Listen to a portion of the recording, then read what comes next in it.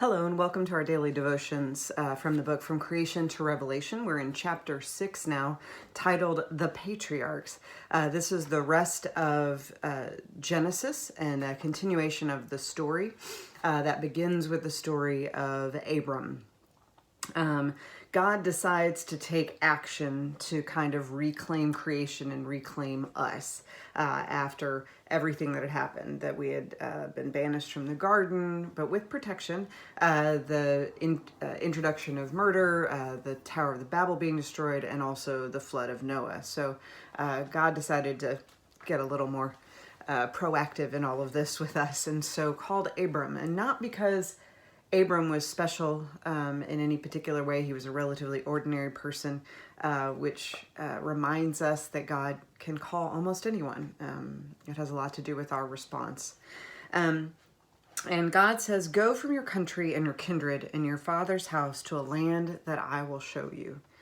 And in the process, so God's asking him to leave a place he knows, and wander into an unknown place with unknown dangers and just a lot of uncertainty. But God makes three promises to Abram and to Sarah, by the way, that he would become the parent of many descendants, as many as the stars in the skies or the grains of sand on the seashore, that God would give Abram and Sarah a land to live in, a home that would provide prosperity and security, and that God would bless their family while they traveled to this place, which, if you read Genesis, took them lots of places and lots of adventures in the midst of it. But God made these promises, and based on that, Abram and Sarah moved on. This is one of the core stories that the children in Worship and Wonder learn, and they get asked these wonderful questions about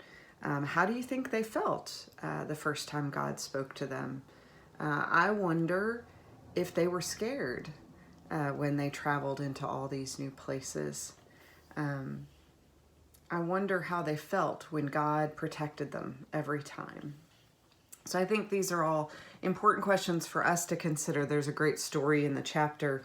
The author writes about, a kid kind of with a backpack on and their new pencils and their new notebooks and entering into a class for the first time. His first tentative steps, a foreboding place, the first grade. He moved through the school door, taking his first tentative steps towards adulthood. Go from your country and your kindred and your father's house. And he says, this call is spoken to all of us repeatedly through life. This one resonated with me because yesterday Brooke got a video from her first grade teacher because she said this would be the week I would normally show you how to get to the first grade classroom, and I'd read you a story. And she did. She read them a story, and Brooke was very excited and interested and engaged in it. And she looked at me and she said, "Does this mean I'm a first grader now?" And I said, "Yes, you are." And she said, I'm nervous and I'm excited." And I would like to think that that's how Abraham and Sarah felt as they started this journey. Nervous, scared, but also excited. And I think that we can also say that we have traveled to a new land. Now, not by our own choice. We were forced into this position to move into a place that was unexpected. But as we've talked about over and over again, it's allowed for some certain blessings, unexpected blessings. But one of the ones that I've been hearing from some of my colleagues is moving their worship online has in some ways expanded their church. And we've seen some of that where we have people from around the country and the world joining us. But even their giving has increased because people are connected to the church in ways they hadn't been before. In some ways, we were pushed out of the land of our comfort, which is the church building.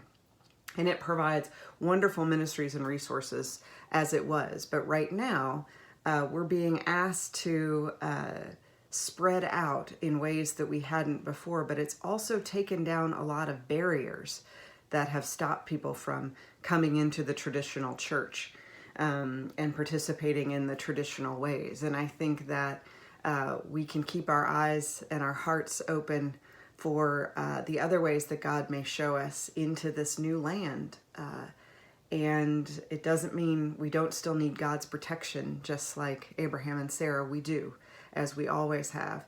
But we can also believe that this journey is one that's blessed by God, that will grow the church, the Big C church family, in ways we couldn't have imagined, and that we can be excited about that as a church, First Christian Church of Jeffersonville, this is a unique opportunity for some evangelism in ways that we have never done before, by sharing our live services, sharing these devotionals with people who wouldn't normally have gone to church with us, or people that we've had discussions with who are in different faith places than us, that these might provide them hope or help them understand what comfort church and the gospel gives to you. So as we continue to take steps into this unknown land that we have been called into, let's go to God in prayer.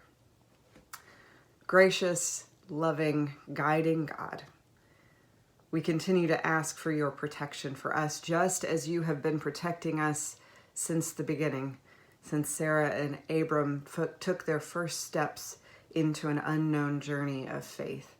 Continue to fill us with your strength and trust, knowing that you are leading us into an unknown place, but possibly a place of promise, a place of milk and honey, of refreshment in ways we had never known before, and a strength to endure the struggles that will come in the middle.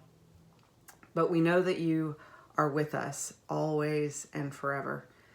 Watch over all those who are struggling and suffering, those who are sick, those who are working long, hard hours, who can't see the promise in any of it right now.